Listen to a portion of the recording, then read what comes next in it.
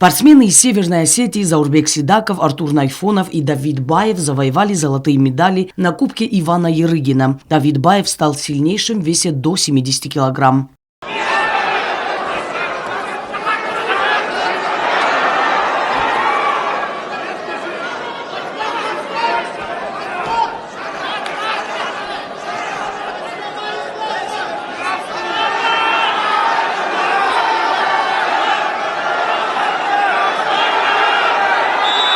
Заурбек Сидаков стал сильнейшим в весовой категории до 74 килограмм. В финале он победил дагестанца Магома Дибиргаджиева со счетом 4-0. Победитель Олимпийских игр, заслуженный мастер спорта Заурбек Сидаков, Россия. Артур Найфонов в финале победил другого осетинского борца Арслана Багаева. Итоговый счет в поединке 3-0 в пользу Найфонова.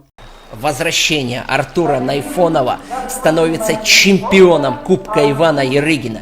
Весь в крови, перемотанный, но едет в очередной раз. С 23 по 26 января в Красноярске прошли 36-е международные соревнования по борьбе среди мужчин и женщин имени двукратного олимпийского чемпиона, чемпиона мира и Европы, заслуженного мастера спорта Советского Союза Ярыгина. Участие в них приняли более 450 спортсменов из 23 стран мира. Оксана Джуева, Зарина Татаева, ГТРК ИР. Информационный выпуск сегодня.